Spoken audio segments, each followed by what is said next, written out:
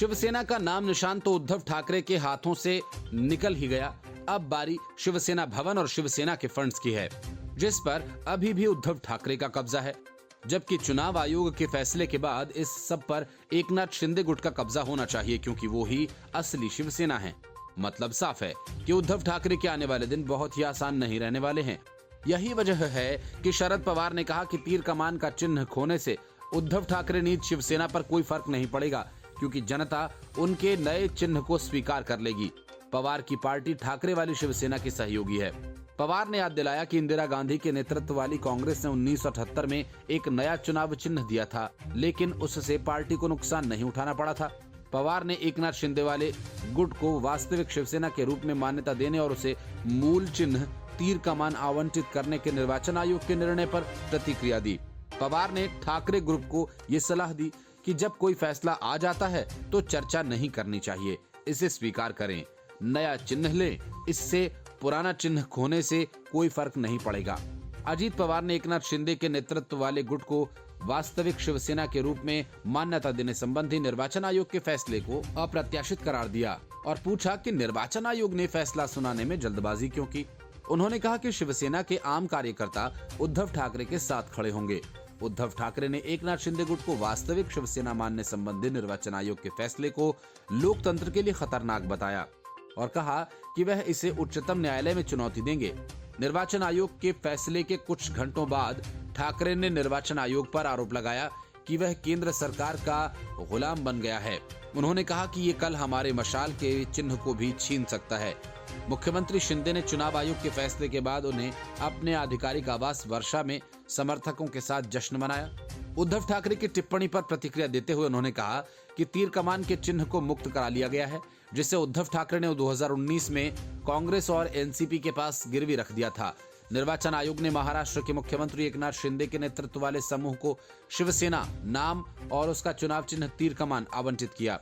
इसे उद्धव ठाकरे के लिए एक बड़ा झटका माना जा रहा है। 3 सदस्यीय आयोग ने शिंदे द्वारा दायर 6 महीने पुरानी याचिका पर सर्वसम्मत आदेश में कहा कि वह विधायक दल में पार्टी की संख्या बल पर निर्भर था, जहां मुख्यमंत्री को 55 में से 40 विधायकों और 18 में से 13 लोकसभा सदस्यों का समर्थन हासिल था।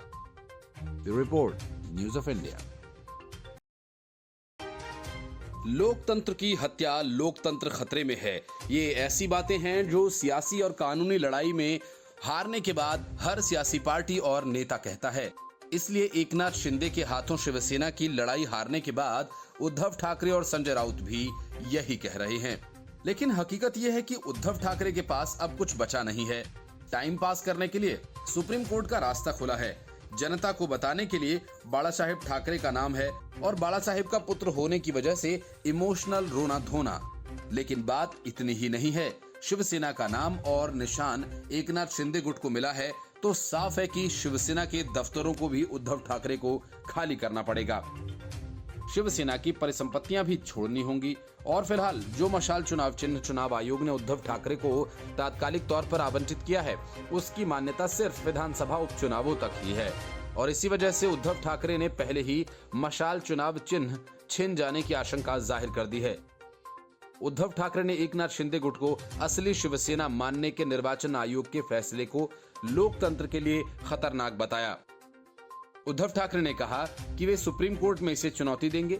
निर्वाचन आयोग के फैसले के कुछ घंटों बाद ठाकरे ने निर्वाचन आयोग पर आरोप लगाया कि वे केंद्र सरकार का गुलाम बन गया है। उन्होंने कहा कि ये कल हमारे मशाल के चिन्ह को भी छीन सकता है। लेकिन हकीकत यह है कि चुनाव आयोग ने हवा में ही अपना फैसला नहीं सुनाया।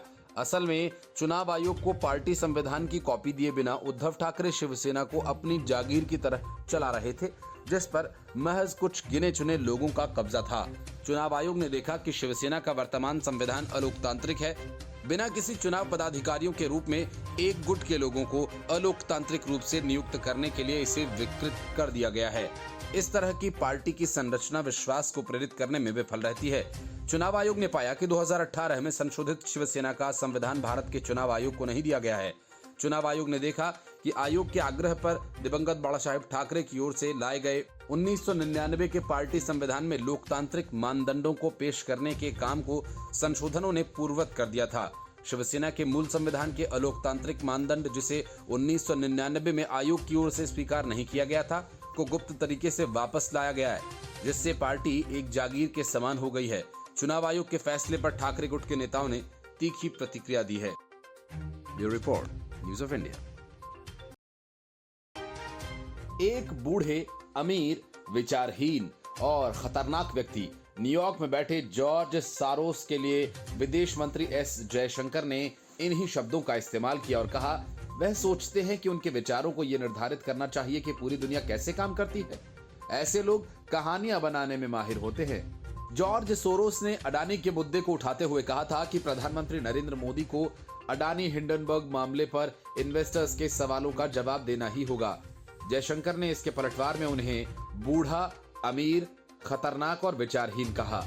उन्होंने कहा कि उनके जैसे लोगों को लगता है कि अगर उनके पसंद का व्यक्ति जीते तो चुनाव अच्छा है, और अगर चुनाव का परिणाम कुछ और निकलता है तो वे कहेंगे यह खराब लोकतंत्र है। लेकिन पूरा मामला सिर्फ एक खतरनाक बूढ़े का नहीं है, मामला अब उससे भी आगे का है। हालांकि कांग्रेस ने सोरोस के बयानों की आलोचना की, लेकिन सवाल यह है कि सोरोस ने म्यूनिख सुरक्षा सम्मेलन में अडानी का मुद्दा क्यों उठाया।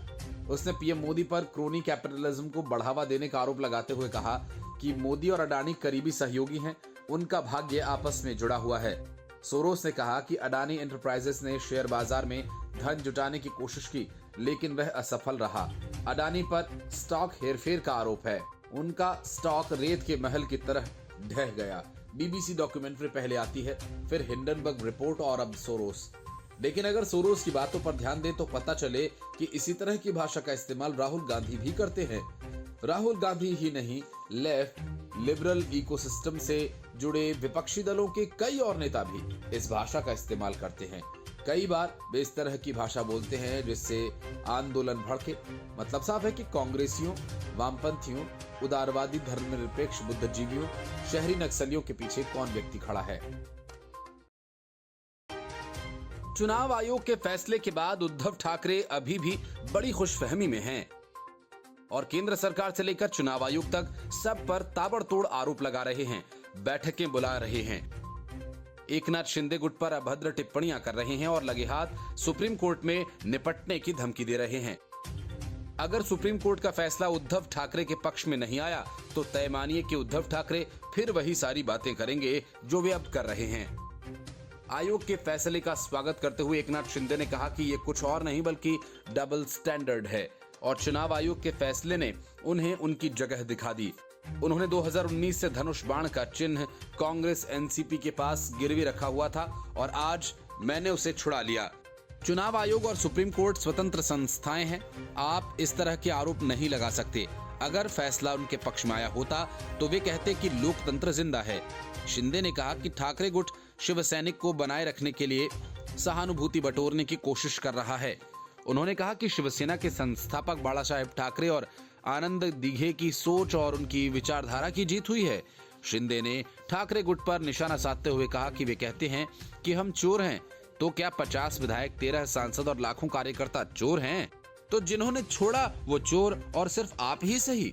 महाराष्ट्र के मुख्यमंत्री एकनाथ शिंदे ने निर्वाचन आयोग द्वारा उनके धड़े को वास्तविक शिवसेना के रूप में मान्यता दिए जाने के फैसले को बाला साहेब ठाकरे की विचारधारा की जीत बताया।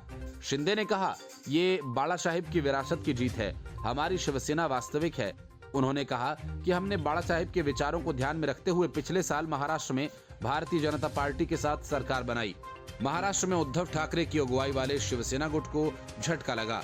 चुनाव आयोग ने शिवसेना का नाम और चुनाव चिन्ह धनुष बाण एकनाथ शिंदे गुट को देने का आदेश जारी किया है। आयोग ने अपने फैसले में कहा कि जहां शिंदे की अगुवाई वाले गुट को असली शिवसेना के रूप में मान्यता दी, वहीं उद्धव ठाकरे गुट को राज्य में विधानसभा चुनावों के पूरा होने तक मशाल चुनाव चिन्ह रखने की इजाजत दी। 1966 में बाला साहेब ठाकरे ने जिस शिवसेना की स्थापना की थी, चुनाव आयोग के फैसले से वह ठाकरे परिवार के हाथ से पहली बार फिसलती दिखाई दी है। पिछले साल शिवसेना के 67 विधायकों में 40 विधायकों को तोड़कर बीजेपी के साथ सरकार बनाने वाले मुख्यमंत्री शिंदे ने बहुत बड़ी लड़ाई जीत ली है।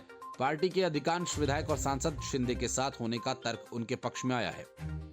Bureau report, news of India.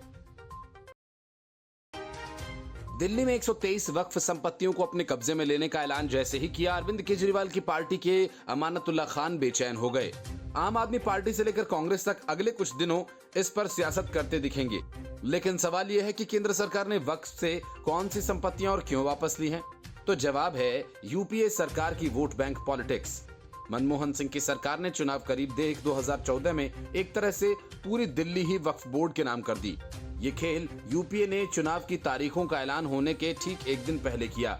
लेकिन जरूरी ये जानना है कि तुष्टीकरण के चक्कर में मनमोहन कैबिनेट में कौन कौन सी प्रॉपर्टी वक्फ के नाम कर दी गई।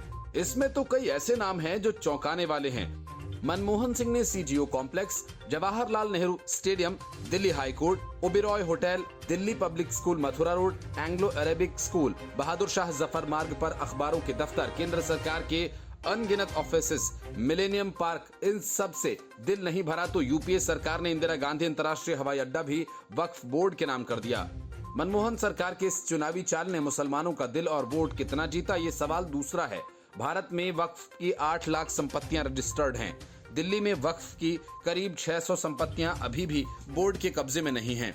इसी वर्ष एक आरटीआई के जवाब के मुताबिक दिल्ली वक्फ बोर्ड ने कहा कि इसकी 114 संपत्तियों पर डीडीए, 156 पर एएसआई और 388 पर दूसरी सरकारी एजेंसी का कब्जा है। इन संपत्तियों से जुड़े कई मुकदमों अदालतों और वक्फ ट्रिब्यूनल में पड़े हैं।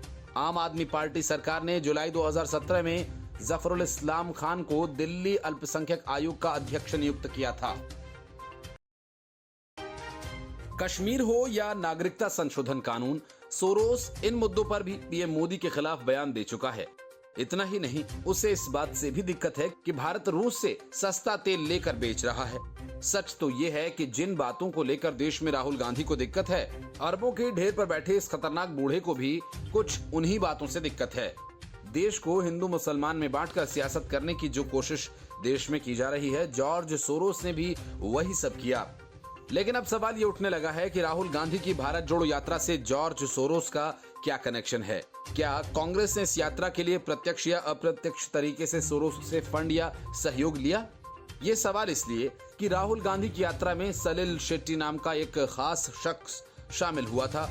ये वही सलिल शेट्टी है जो जॉर्ज सोरोस के एनजीओ ओपन सोसाइटी फाउंडेशन में 2018 से वैश्विक उपाध्यक्ष है।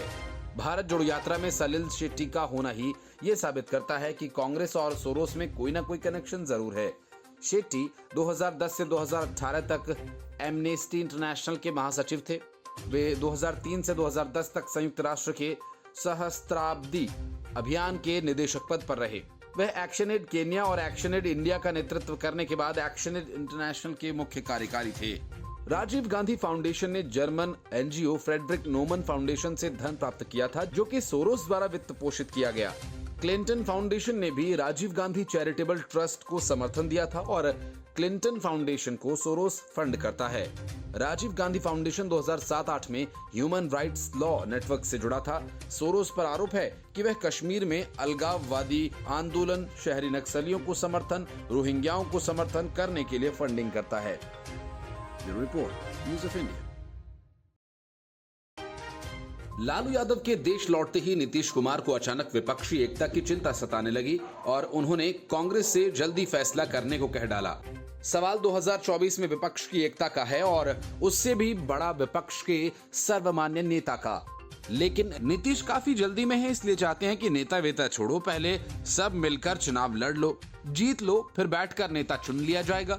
नीतीश के इस फॉर्मूले से न कांग्रेस सहमत है और न ही कोई दूसरा, क्योंकि सारा पेंच इसी फॉर्मूले में फंसा है। लेकिन नीतीश बार बार ये कह चुके हैं कि हमें कुछ नहीं चाहिए, हम तो विपक्ष की एकता चाहते हैं। किसी जमाने में आई के गुजराल और एचडी देवगौड़ा ने भी यही सब कहा होगा, और हुआ क्या? नीतीश गुजराल और देवगौड़ा बनने के सपने देख रहे होंगे, इसलिए जल्दी में हैं और कांग्रेस के पाले में गेंद डाले बैठे हैं।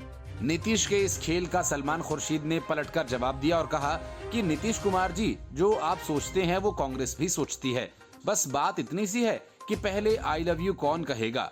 मुख्यमंत्री नीतीश ने कहा कि विपक्ष की एकता की कवायद चल रही है, आप लोगों के फैसले का इंतजार कर रहे हैं। कई पार्टियां एकजुट होने के लिए तैयार हैं, बस आपके फैसले का इंतजार है।